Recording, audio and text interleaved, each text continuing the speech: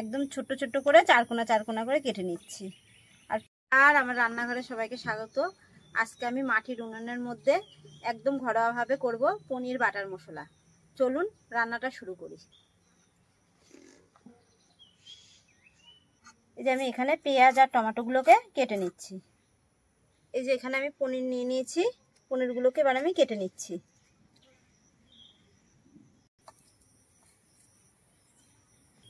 এই যে পনিরগুলোকে আমি এখানে একদম ছোট্ট ছোট্ট করে চারকোনা করে কেটে নিচ্ছি।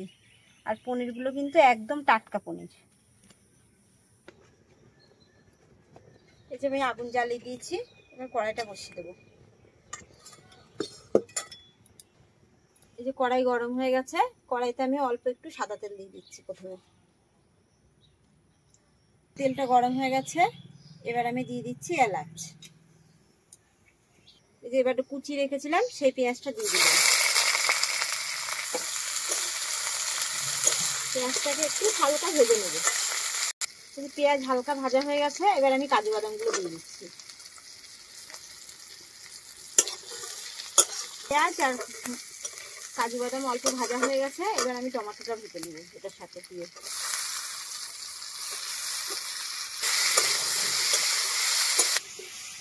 এই যে আমার এগুলো সব ভাজা হয়ে গেছে, এবার অল্প করে একটু জল দিয়ে দেবো।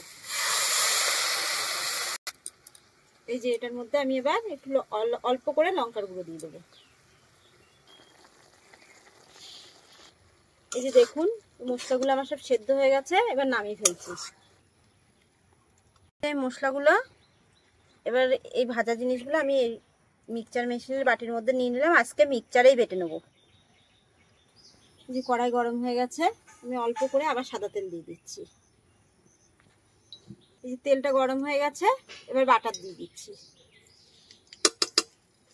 তেলটা গরম হয়ে গেছে, এবার আমি কুচি রাখা পেঁয়াজটা দিয়ে দিচ্ছি। পেঁয়াজটা একটু হালকা লাল লাল করে ভেজে নেব, তারপরে অন্য মশলাগুলো আমি দেবো। এই যে পেঁয়াজটা হালকা ভাজা হয়ে গেছে, এবার আমি কুচনো টমেটোটা দিয়ে দিলাম। আদা বাটা, তারপরে দিয়ে দিলাম ধনের গুঁড়ো।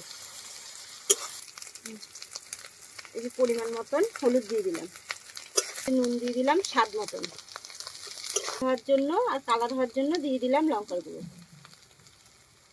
এই যে পেস্ট করে রাখা মশলাটা আমি এবার দিয়ে দিচ্ছি।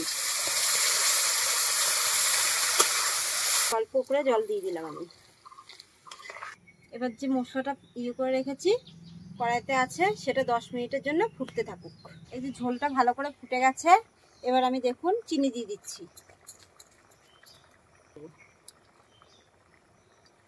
পনিরগুলো দিয়ে আমি আরো 10 মিনিট মতন ফোটাবো।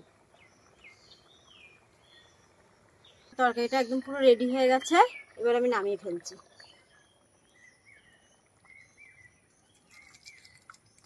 আমি 1 চামচ মতন এবার বাটার দিয়ে দিচ্ছি উপর দিয়ে। এই যে আমার রেডি হয়ে গেছে পনির বাটার মশলা। এই যে গরম গরম পরোটার সাথে পনির বাটার মশলা খেতে কিন্তু দারুণ লাগবে। আপনারা কারা কারা এরকম ভাবে বাড়িতে বানিয়ে খান একটু জানাবেন। আজকের মতন ভিডিওটা এখানেই শেষ করলাম। দেখা হবে পরের আরেকটা ভিডিওতে। ভালো থাকবেন, সুস্থ থাকবেন।